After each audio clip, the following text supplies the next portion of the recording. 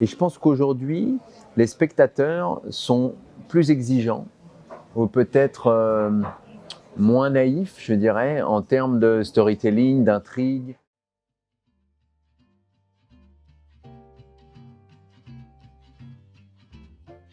C'est une expérience qui est très différente, la série, puisque il y a, et je pense que ça influe, en fait, ces deux vases communicants, ça influe sur le cinéma.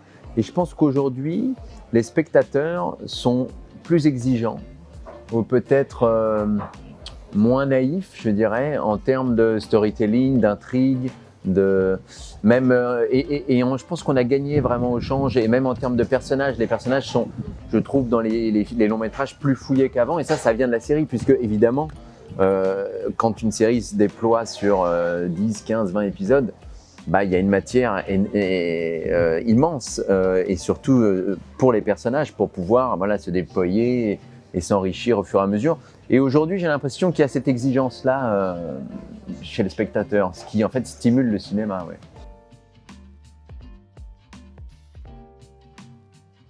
Ah bah non, cinéma.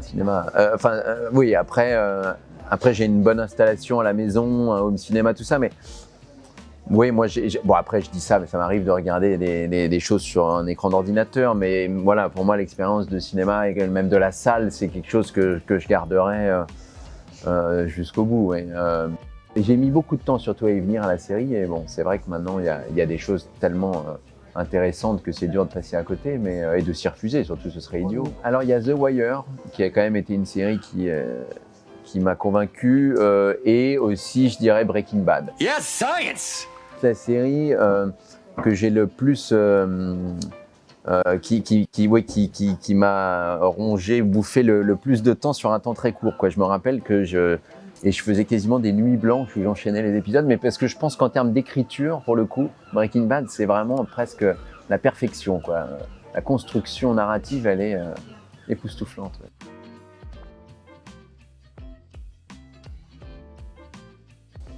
Bah bien sûr, oui. Bien sûr. Mais d'ailleurs, aujourd'hui, il y a quasiment plus d'argent dans les séries que dans les longs métrages. Hein.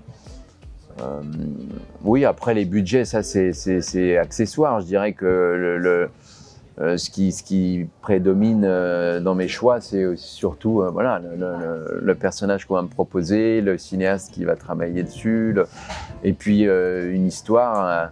Ou la promesse d'un film qui m'excite ou me surprend. Après, pour revenir à la question initiale, et c'est quelque chose que je n'ai pas encore connu, ce qui à mon avis diffère pas mal dans l'expérience et qui doit être un peu déstabilisant, aussi bien pour les acteurs que pour le reste de l'équipe, c'est ces grosses séries où en fait le réalisateur change tous les 2-3 épisodes. Et ça m'est jamais arrivé, mais ça doit être quand même assez particulier. Et puis j'imagine que chaque nouveau réalisateur doit essayer d'amener sa patte. Donc ça doit créer quand même des conflits. Bon, c'est pour ça qu'après il y a des showrunners, mais c'est tout une nouvelle méthode, un nouveau jargon que je connais pas encore tout à fait moi en tant qu'acteur.